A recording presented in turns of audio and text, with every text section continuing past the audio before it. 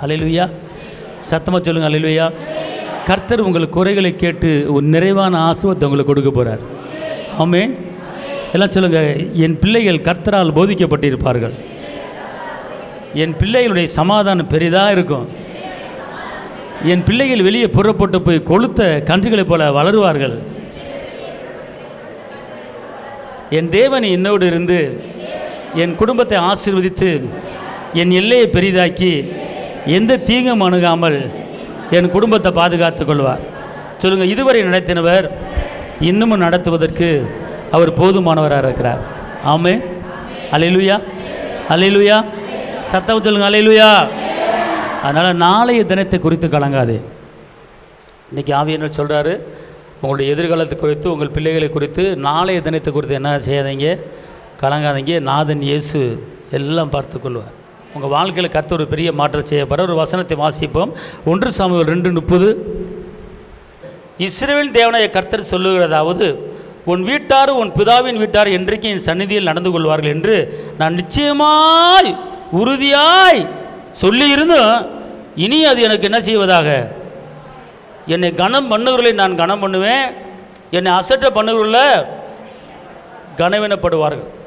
இன்றைக்கி எத்தனையோ தடவை கர்த்தர் நம்மோடு பேசியிருக்கிறாரு.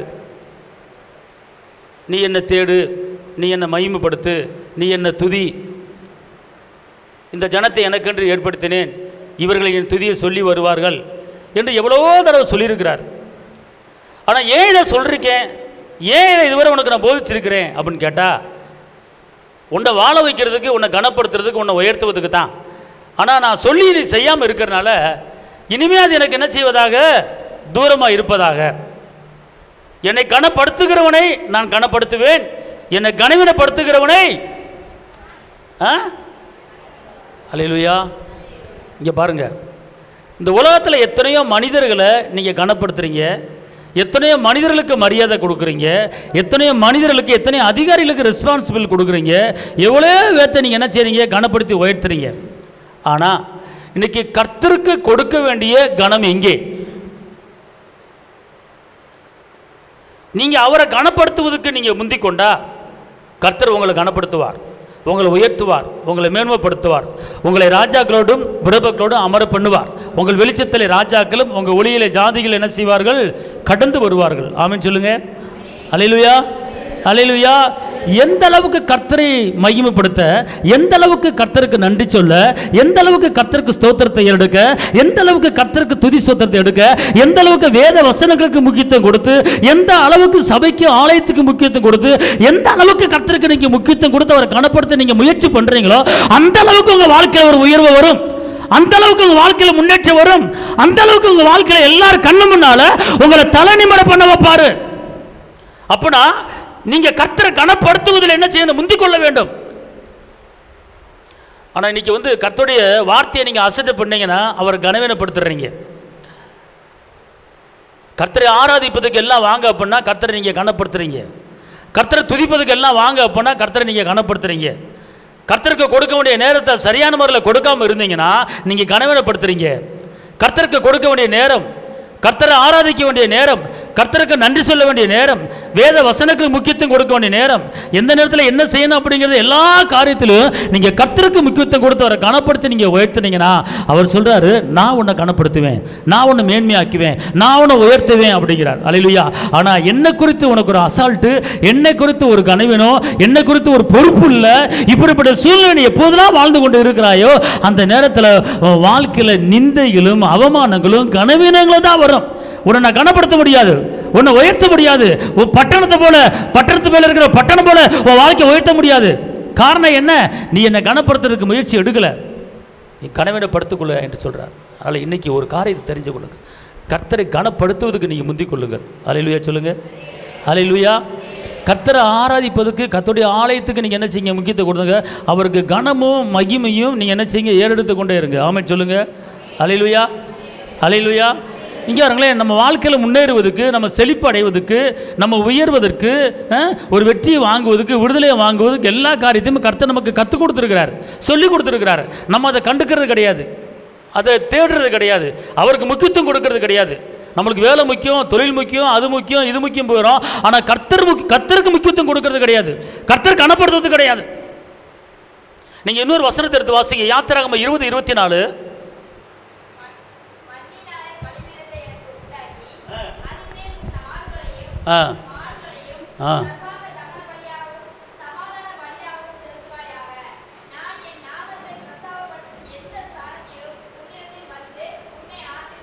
இப்போ இங்கே கவனிங்க, இங்கே நீ பலியிடுறதுக்கு தகன பலிகளையும் ஆடுகளையும் மாடுகளையும் பலியிட்டு நீ என்ன செய்ய, என் நாமத்தை என்ன செய்ய, பிரஸ்தாப்படுத்து. இப்போ நல்லா கவனிங்க, இப்போ நம்ம வந்து ஆடு மாடை பலி கொடுக்க வேண்டிய அவசியம் கிடையாது. ஏன்னு கேட்டால் இயேசு நமக்காக பலியாயிட்டார்.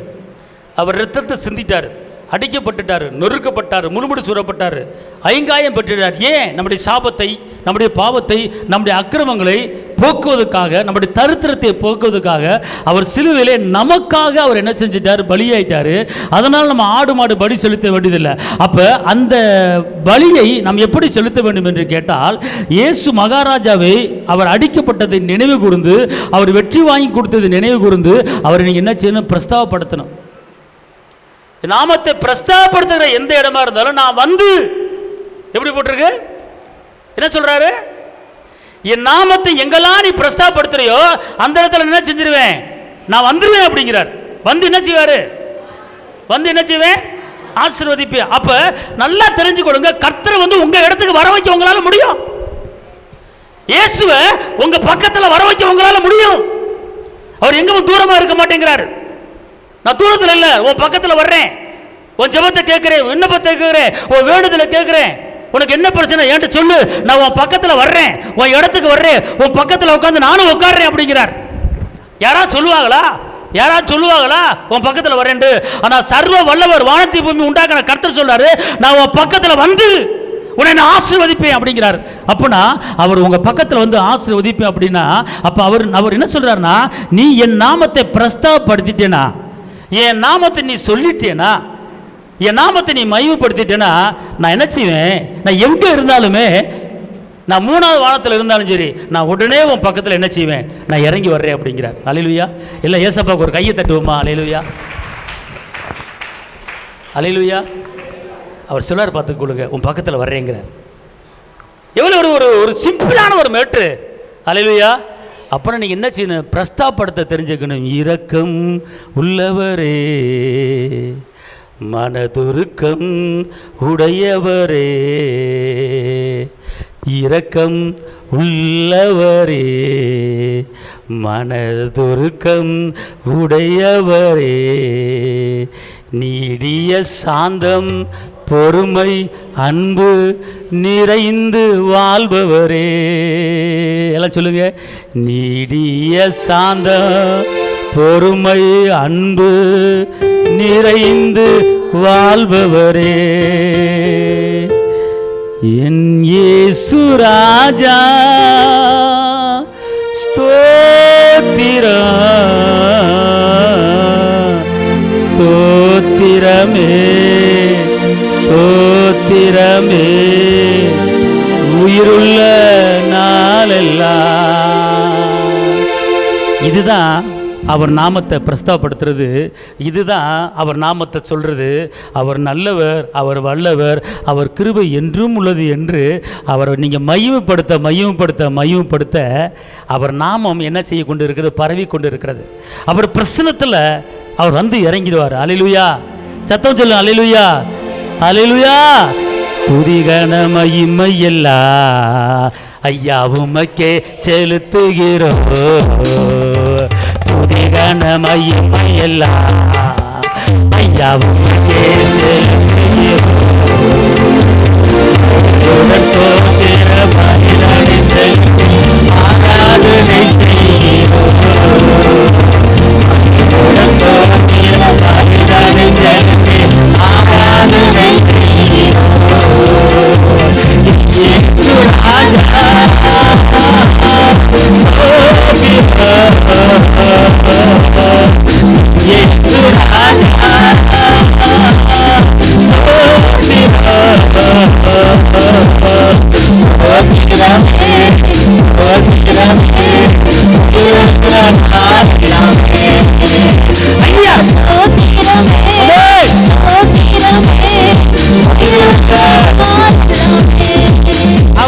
நாமத்தை நீங்க மகிமைப்படுத்தணும், அவர் நாமத்தை பிரஸ்தாபப்படுத்தணும். அப்படி என்றால் அவர் நாமத்தை துதித்து, அவர் நாமத்தை ஆராதித்து, அவரை கனப்படுத்த வேண்டும். அவர் கனப்படுத்தும் போது வந்து விடுவார். மாறாக அவர் எப்படிப்பட்டவர், அவர் எந்த காரியத்தை செய்திருக்கிறார், எதற்காக பூமிக்கு வந்தார், நம்மளை எப்படி வாழ வைத்திருக்கிறார் என்பதை நீங்கள் மனிதனிடத்திலே அவரை பற்றி பிரஸ்தாபப்படுத்த வேண்டும். இயேசு பற்றி பிறர்கள் சொல்ல வேண்டும். என்னை மனுஷன்ட்ட அறிக்கை பண்ணுகிறவனை பிதாட்ட அறிக்கை பண்ணுவேன், என்னை மனுஷன்ட்ட மறுதளிக்கிறவனை நான் பிதாட்ட என்ன செய்வேன், மறுதளிப்பேன். அப்பனா நீங்கள் ரட்சிக்கப்பட்டிருக்கிறீங்க, நீங்கள் விடுதலையாக்கப்பட்டிருக்கீங்க, நீங்கள் பரலோகத்தின் பிள்ளையாக மாறி இருக்கிறீங்க, நீங்கள் பாவத்துக்கு செத்து நீதிக்கு பிழைச்சிருக்கிறீங்க. உங்களை போல எத்தனை பேர் வாழ்ந்து கொண்டு இருக்கிறாங்க. இன்னும் எத்தனை பேர் விடுதலை இல்லாமல், ரட்சிப்பு இல்லாமல், மீட்பு இல்லாமல், சந்தோஷம் இல்லாமல், சமாதானம், பரலோக அனுபவம் இல்லாமல் எத்தனை பேர் வாழ்ந்து கொண்டு இருக்காங்க. அவர்களுக்கு பரலோக வாழ்க்கையை கொடுக்கும்படி, நிம்மதியை கொடுக்கும்படி, அமைதியை கொடுக்கும்படி, சமாதானத்தை கொடுக்கும்படி கர்த்தர் எடுத்து பயன்படுத்தும்படி விரும்புகிறார். அப்போ நீங்கள் என்ன செய்யணும், இயேசுவின் அன்பை பிறருக்கு என்ன செய்யணும், நீங்கள் வெளிப்படுத்தணும், அவர் நாமத்தை சொல்லணும். நீங்கள் உண்டு உங்கள் வேலை உண்டுன்னு இருக்கக்கூடாது. நீங்கள் பெற்ற நன்மையை, அவர் வாங்கி கொடுத்த விடுதலையை, அவர் வாங்கி கொடுத்த அற்புதங்களை, அதிசயங்களை நீங்கள் என்ன செய்யணும், பிரஸ்தாபப்படுத்தணும். அதான் மனுஷன்ட என்னை பற்றி பேசு அப்படிங்கிறார், என்னை பற்றி மனுஷன்ட சொல்லு அப்படிங்கிறார். ஏன்னா இப்படி சொல்லும்போது உங்களை ஏசப்பா சும்மா விட்டுற மாதிரி உங்களுக்கு கணத்தை கொடுக்குறாரு. மாறாக என்ன சொல்கிறாருன்னா, நான் உன் பக்கத்தில் வந்து உன்னை பிளஸ் பண்ண போகிறேன், உன்னை ஆசீர்வதிக்க போகிறேன் அப்படிங்கிறார். ஆமென் சொல்லுங்க, அல்லேலூயா. சத்தம் சொல்லுங்க, அல்லேலூயா, அல்லேலூயா. அப்போ மனுஷன்ட்ட அறிக்கை பண்ணி உங்கள் விடுதலையை ஏசப்பாடு என்ன செய்யணும், நீங்கள் சொல்லணும். இங்கே பாருங்களேன், ஒரு புறா வந்து மனுஷன் 6 அறிவு படைச்சிருக்கிறான். ஆனால் ஜீவராசிகள் ஏதாவது கவலைப்படுதா, ஏதாவது வேதனைப்படுதா, நாளை தினத்துக்கு இது கவலைப்பட்டுக்கிட்டு இருக்கா, இதை பற்றி என்ன செய்யலை, அறியலை. அதான் ஏசியா 1:3 சொல்லப்பட்டிருக்கு, மாடு தன் எஜமான அறியும், ஆடு. வாசிங்க பார்ப்போம், ஏசியா 1:3.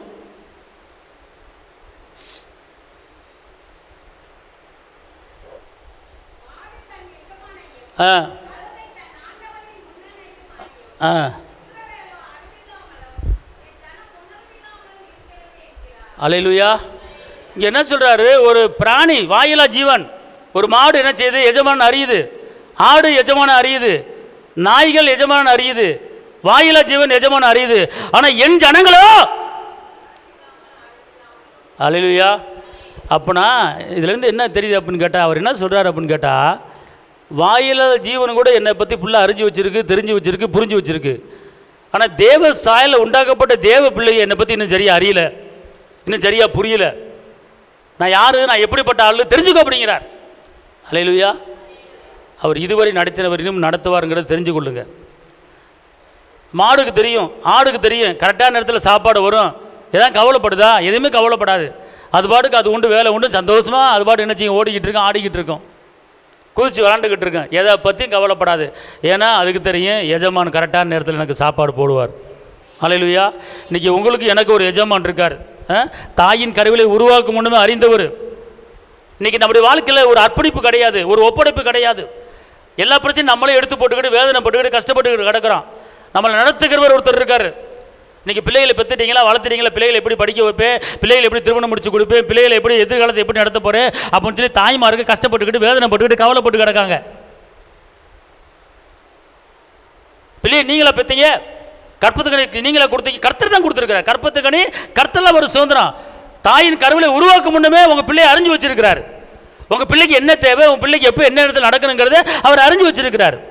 இன்றைக்கி தேவையில்லை நினைச்சாங்க, கவலைப்பட்டு தான் சரீரத்தை ஒடுக்குறாங்க. இன்றைக்கி கர்த்தர் மேல் பாரத்தை வச்சு கலைஞ தவிக்காதே அப்படின்னு சொல்லியிருக்கிறாரு. நான் உன்னை விசாரிக்கிறபடியால் உன் கவலை ஏன் மேலே வச்சிருன்னு சொல்லியிருக்கிறாரு. அப்போ இப்படிப்பட்ட வார்த்தைகளை கொடுத்துருக்கும் போது நம்ம என்ன செய்யணும், நம்ம குடும்பத்தையும் நம்முடைய வேலையும் நம்முடைய தொழிலையும் நம்முடைய பிள்ளைகளையும் படிப்பு காலத்தையும் எதிர்காலத்தையும் கர்த்தர் கடத்தில் ஒப்பு கொடுக்கும் போது கர்த்தர் பொறுப்படுத்திக் கொள்வார். நம்ம கர்த்தர் கடத்தில் எதுவுமே ஒப்பு கொடுக்கறது கிடையாது, கர்த்தர் கடத்தில் எதுவுமே அர்ப்பணிக்கிறது கிடையாது, பிள்ளையை அர்ப்பணிக்கிறது கிடையாது. பிள்ளையை நான் தான் படிக்க வைக்க போகிறேன், பிள்ளையை நான் தான் அதை செய்ய போகிறேன், இதை செய்ய போகிறேன்னு சொல்லி தனக்குத்தானே எல்லாத்தையும் எடுத்து போட்டு கர்த்தரை ஓரம் கட்டிடுறது. உங்கள் பிரச்சனையை கர்த்தரை ஒப்படைங்க, உங்கள் பிள்ளையை கர்த்தரை ஒப்படைங்க, கர்த்தரை எல்லாம் பார்த்துக்கொள்வார். யெகோவா ஈரே, அவருக்கு தெரியும், எல்லாம் தெரியும் அவருக்கு. பிள்ளையை கொடுத்தவர் பிள்ளையை படிக்க வைக்க தெரியும், பிள்ளையை வளர்க்க தெரியும், பிள்ளையை திருமணம் முடிச்சு கொடுக்க தெரியும், பிள்ளைகளை எந்த ஊரில் வைக்க எல்லாமே அவர் திட்டமிட்டு வச்சுட்டார். ஏற்கனவே நீ அறிவதற்கு முன்னமே, நீ தெரிவதற்கு முன்னமே உன் பிள்ளையை கொடுத்து கர்த்தர் ஏற்கனவே திட்டமிட்டு வச்சுட்டாரு. அதனால உன் பிள்ளையை தேவனுடைய கருத்தில் ஒப்பு கொடுக்கும் போது கர்த்தர் எல்லாம் பொறுப்படுத்திக் கொள்வார். ஆமென். நம்ம என்ன பண்ணுறோம்? தொழிலை ஒப்பு கொடுக்கறது கிடையாது, வேலையை ஒப்பு கொடுக்கறது கிடையாது, பிள்ளையை ஒப்பு கொடுக்கறது கிடையாது. எனக்குறான எல்லாம் நானும் இழுத்து போகிறனால பிரச்சனை நீங்கள் சுமந்துக்கிட்டு இருக்கீங்க. கர்த்தர் சொல்கிறாரு, ஒரு கொய்யவன் கரத்தில் களிமண் இருப்பது போல் என்னுடைய கரத்தில் உன் பிள்ளை என்ற என்ன செஞ்சிரு, ஒப்பு கொடுத்துரு. உன் பிள்ளையை நான் அழகாக வணைவேன். நீ ஒன்றும் வணைய முடியாது, நீ ஒன்றும் உருவாக்க முடியாது. நீ வணைஞ்சானா கோணலாகி போயிடும், தப்பான வழியில் போயிடும், வேறு பக்கம் போயிடும் உன் பிள்ளை.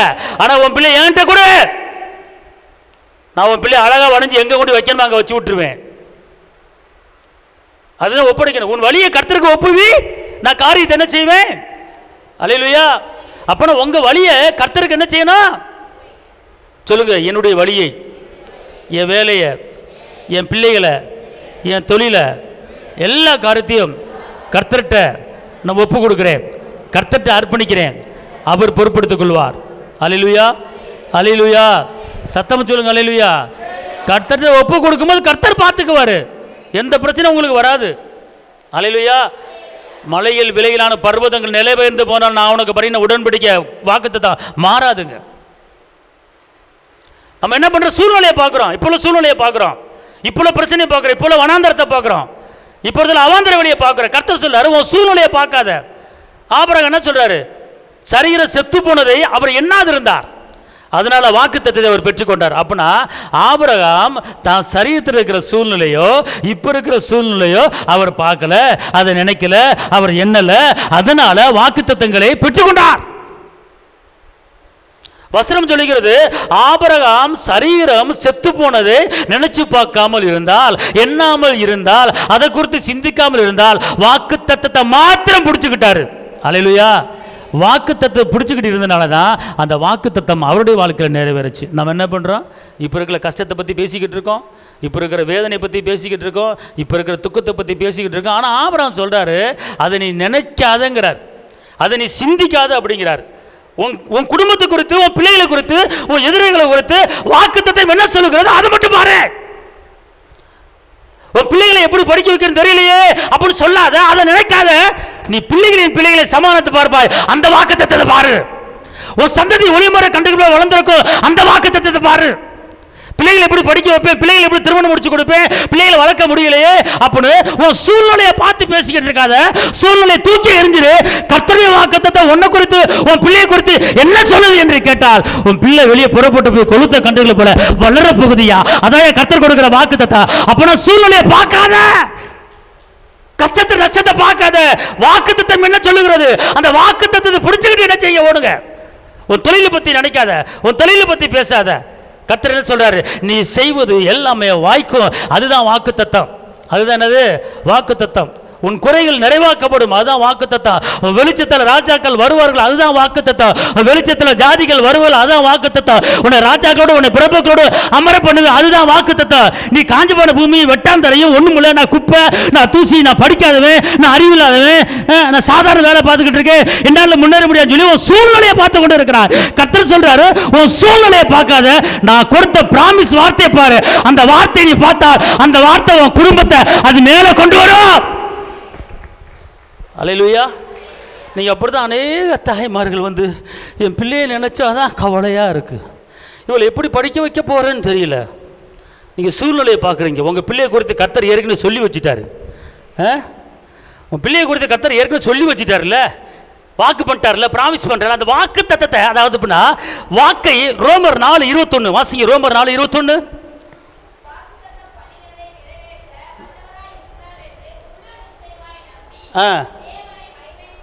அல்லேலூயா. வாக்கு தத்தத்தை என்ன செய்யணும்? வாக்குத்தை என்ன செய்யணும்? நம்பிட்டு. அப்புறம் என்னங்க போட்டிருக்க சொல்லுங்க. தேவன் என்ன செய்யணும்? நீங்க வாக்கு தத்தங்களை வச்சு கவலைப்படாம, வாக்கு தத்தங்களை வச்சு நீங்க என்ன செய்யணும்? வச்சு வாக்கு தத்தம் தந்தவரை அப்படி என்ன செய்யணும்? மகிமைப்படுத்தணும். அல்லேலூயா, அல்லேலூயா. சத்தம் சொல்லுங்க. அல்லேலூயா. துதிப்பேன் துதிப்பேன் துதித்து கொண்டே இருப்பேன் வாக்குத்தத்தம் தந்தவரை அப்படின்னு சொல்லி அந்த வாக்குத்தத்தத்தை வச்சு வச்சு வச்சு அந்த வாக்குத்தத்தத்தை துதிச்சு துதிச்சு அந்த வாக்குத்தத்தத்தை ஆராதித்து நீங்க மகிமைப்படுத்தி கொண்டே இருங்க. உங்க வாழ்க்கையில அந்த வாக்குத்தத்தம் அது கண்டிப்பான முறையில் அது உங்களுக்கு நிறைவேறும். அல்லேலூயா. அந்த வாக்குத்தத்தை நீங்க என்ன செய்யணும்? எப்படி போட்டிருக்கு? முழு சொல்லுங்க. இந்த வாக்கு தத்தத்தை நான் நிச்சயமாகவே, இங்க இருங்க, உங்க குடும்பத்துக்கு வாக்கு தத்தம் கொடுத்துருக்கு, நீ செய்கிற வேலைக்கு வாக்கு தத்தம் கொடுத்துருக்கு, நீங்க செய்கிற பிசினஸுக்கு வாக்கு தத்தம் கொடுத்துருக்கு, உங்க பெத்த பிள்ளைகளுக்கு, ஐயா சொல்லுங்க, உங்க பெத்த பிள்ளைகளுக்கு கொடுத்துருக்கு. அப்ப இது பிற என்ன செய்யணும்? இது பிற என்ன செய்யணும்? முழு எல்லாம் சொல்லுங்க, முழு நிச்சயமாய் நம்புவேன், நம்புவேன், நம்புவேன். நம்பி வந்த மனிதர்க்கெல்லாம் நன்மைகள் ஏறாலோ. வாயை திறந்து நம்பி வந்த மனிதர்க்கெல்லாம் நன்மைகள் ஏறாலோ. நம்புகிறே நம்புகிறே நம்பத்தக்க தகப்பனே. இப்போது வாக்கு தத்தங்களை நினச்சி, இந்த வாக்கு தத்தத்தை அவன் பணம் தெரிவான் நம்பாத, இவன் பணம் தெரிவான் நம்பாத, அவன் வேலை கொடுப்பான் நம்பாத, இவன் ரெக்கமெண்ட் பண்ணுவான் நம்பாத, இவன் இடம் வாங்கி தருவான் நம்பாத, அவன் வீடு வாங்கி தருவான் நம்பாத, எதையுமே நம்பாத. இந்த வாக்கு தத்தத்தை மாத்திரம் நீ நம்பு. உன்னை தேடி வீடு வரும், இடம் வரும், தோடு வரும், நகை வரும், நட்டு வரும், எல்லாம் உன்னை தேடி வரும். இந்த வாக்கு தத்தை பிடிச்சிக்கிட்டேனா, இந்த வாக்கு தத்தத்தை நம்பிக்கை வச்சுட்டேன்னா, இந்த வாக்கு தத்தை என்ன செய்யும்? உன்னை நடத்தும். கைத்தறி செலுத்துங்க.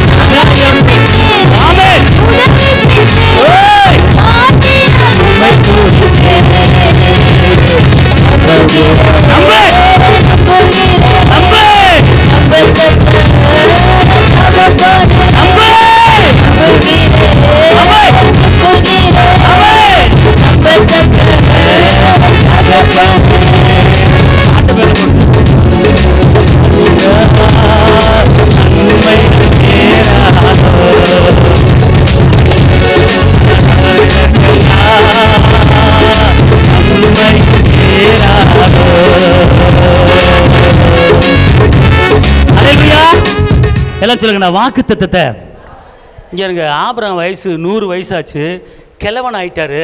அந்த அம்மாவுக்கு கற்பம் செத்து போச்சு. என்னாச்சு? நடந்த காரியம் என்ன தெரியுமா? அவங்க வயசானதை நினச்சி பார்க்கலையாம், கூனி குறுகி போனது நினச்சி பார்க்கலையாம், அந்த அம்மாவுக்கு 90 வயசு நினச்சி பார்க்கலையாம், இவர் 100 வயசு நினச்சி பார்க்கலையாம். எதை மட்டும் நினச்சாங்க தெரியுமா? ஒன்று நினச்சாங்க.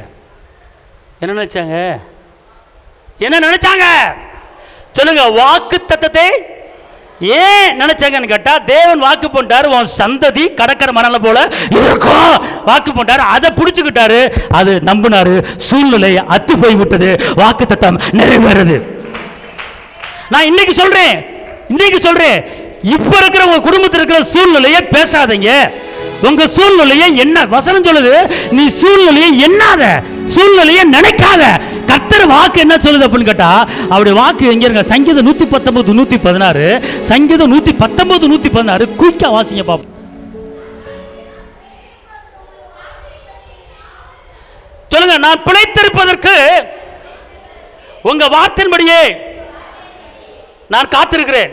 எல்லாம் சொல்லுங்க, நான் பிழைக்கிறதுக்கு வழி என் படிப்பு கிடையாது, நான் பிழைக்கிறதுக்கு வழி என் அறிவு கிடையாது, கர்த்தருடைய வார்த்தை இருந்தா நான் பிழைச்சிருவேன். அல்லேலூயா, சத்தம் சொல்லு அல்லேலூயா. இங்கே இருங்களேன், அதாவதுங்க இங்கே இருங்களேன், என்னாலும் ஒரு வசனம் இருக்குங்க, கலாத்திய 4:20, ஈசாக்கை போல வாக்கு தத்தங்களை நான் பெற்றுக்கொள்வேன். அல்லேலூயா. இங்கே இருங்களேன், அதாவது கலாத்திய 4:28, ஈசாக்கை போல வாக்கு தத்தங்களை என்ன செய்யலுமா? பெற்றுக்கொள்ள வேண்டும். அல்லேலூயா சொல்லுங்க. அல்லேலூயா. அவரவர் வாக்கு தத்தங்களை பிடிச்சுக்கிட்டீங்கன்னா நீங்கள் என்ன செய்யுங்க? உங்கள் வீட்டில் இருக்கிற கஷ்டத்தையோ நஷ்டத்தையோ துக்கத்தையோ பலவீனத்தையோ போராட்டத்தையோ நிந்தையோ அவமானத்தையோ இழப்பையோ எல்லாத்தையும் தூக்கி ஓரம் கட்டிவிட்டு உங்களுக்கு, உங்கள் குடும்பத்துக்கு, உங்கள் பிள்ளைகளுக்கு, உங்கள் தொழிலுக்கு, உங்கள் வேலைக்கு, உங்கள் பிள்ளைக்கு எதிர்காலத்துக்கு பைபிள் வாக்கு தத்தம் என்ன சொல்லுது, அந்த வாக்கு தத்தை எடுத்துக்கிட்டு அதை பிடிச்சிக்கிட்டு அதை நினச்சிக்கிட்டு அதை பேசிக்கிட்டு அதை தியானம் பண்ணிக்கிட்டு இன்னைக்கு இருந்தால் போதும். நீங்கள் அப்படி செய்ய செய்ய அவர் வாக்கு தத்தம் உங்கள் குடும்பத்தில் அது நிறைவேறும். அல்லேலூயா, அல்லேலூயா. நீங்கள் பாட்டுக்கு இந்த பிள்ளை படித்து முடிச்சிருச்சு, என்ன செய்ய போகிறேன்னு தெரியல, கல்யாணம் முடிக்கணும், ஒரே குழப்பமாக இருக்குது, இந்த பிள்ளை எப்படி கட்டி கொடுக்க போகிறதில்ல, ஒரே குழப்பமாக இருக்குது அப்படின்னா நீங்கள் சூழ்நிலையை பேசிக்கிட்டு இருக்கீங்க. கர்த்தர் சொல்ற, ஆபிரகாம் சொல்றாரு, நான் சூழ்நிலை பேசவே இல்லைங்க, என்னவே இல்லை, நினைக்கவே இல்லை. ஆபிரகாம் நம்மளுக்கு பாடமாக இருக்கிறாருங்க.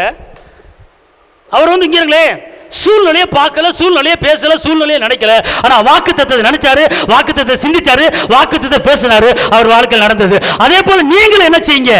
எல்லாம் சொல்லுங்க, வாக்கு தத்தத்தை நினைப்பேன், வாக்கு தத்தத்தை பேசுவேன், அந்த வாக்கு தத்தத்தை என் வாழ்க்கையில் நிறைவேறும். அல்லேலூயா, அல்லேலூயா. அதனால வாக்கு தத்தத்தை பிடிச்சு கொள்ளுங்க. கர்த்தர் உங்களை ஆசீர்வதிப்பார்.